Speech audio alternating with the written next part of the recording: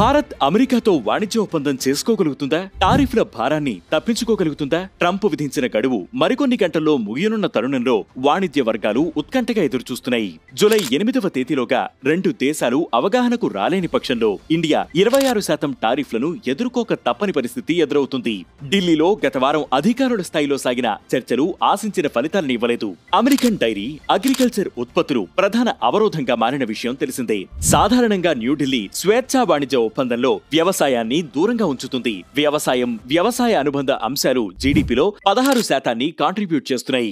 దేశంలో సగం జనాభా వాటిపైన ఆధారపడి ఉంది. అమెరికా డిమాండ్లకు తలవంచి గోధుమ, మొక్కజొన్న, సోయాబీన్ ఉత్పత్తులను భారత్ మార్కెట్లోకి అనుమతిస్తే సాధారణంగా ధరలు తగ్గి వ్యవసాయదారులు ఇబ్బంది పడతారు.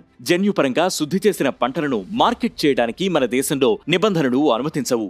ఆహార భద్రతకు, గ్రామీణుల జీవనాన్ని భంగం కలిగించే రీతిలో ఒప్పందాలు చేసుకోవడానికి భారత్ సిద్ధంగా లేదు. భారత వాణిజ్య శాఖ మంత్రి పీయూష్ గోయల్ ఇదే మాట చెప్పారు. దేశ ఆసక్తులు, రైతుల ప్రయోజనాలే మాకు ముఖ్యం అని ప్రకటించారు. దీంతో వ్యవసాయ ఉత్పత్తులు, డైరీ అంశాల్లో ప్రతిష్టంభన తొలగే అవకాశం కనిపించడం లేదు. అదీ కాకుండా అమెరికా డిమాండ్లకు తలొకితే ఇతర దేశాలకు కూడా సుంకాలు తగ్గించవలసిన పరిస్థితి వస్తుందని అధికారులు చెబుతున్నారు. ఆటోమొబైల్లు, విస్కీతో పాటు అమెరికా ఎగుమతి చేసే ఆపిల్స్, పీనట్స్ పైన భారత్ సుంకాలు తగ్గిస్తోంది. తాము ఎగుమతి చేస్తున్న ఫుట్వేర్, గార్మెంట్స్, లెదర్ వస్తువుల్లో రాయితీ ఇవ్వాలని కోరుతోంది. తాము బేస్లెస్ గా విధించిన 10% సుంకాలను మినహాయించడానికి అమెరికా ససేమిరా అంటోంది.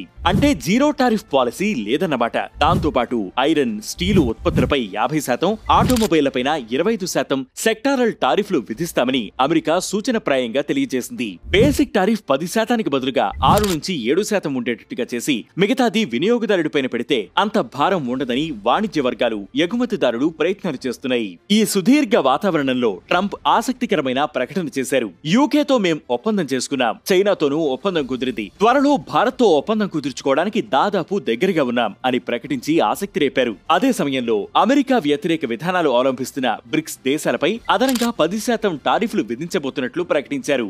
ఇందులో ఎవ్వరికీ మినహాయింపులు ఉండవని ప్రకటించారు. బ్రిక్స్ లో భాగంగా ఉన్న ఇండియాపైన కూడా ఈ భారం పడుతుందా అనే విషయంలో ప్రస్తుతానికి స్పష్టత లేదు. ట్రంప్ చేసిన ప్రకటనపైన కొన్ని దేశాలు స్పందించాయి. బ్రిక్స్ ఏ దేశంతో ఘర్షణాత్మక వైఖరిని అవలంబించే బ్లాక్ కాదని, ప్రత్యేకంగా ఏ దేశాన్ని లక్ష్యంగా చేసుకుని పనిచేయడం లేదని చైనా పేర్కొంది. అది యాంటీ అమెరికన్ కాదని దక్షిణాఫ్రికా పేర్కొంది.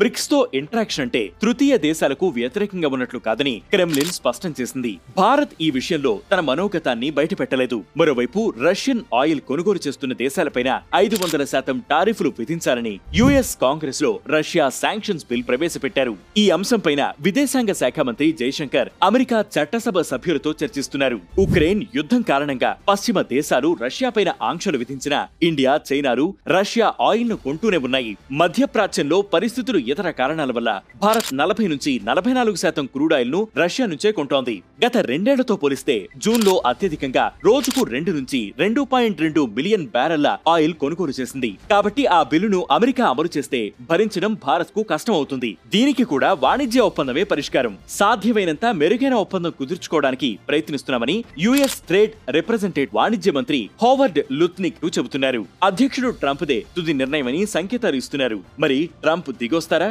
ఫక్తు వ్యాపారస్తులుగా వ్యవహరించి భారత్ పై సుంకాల భారం విధిస్తారా అనేది వేచి చూడాలి.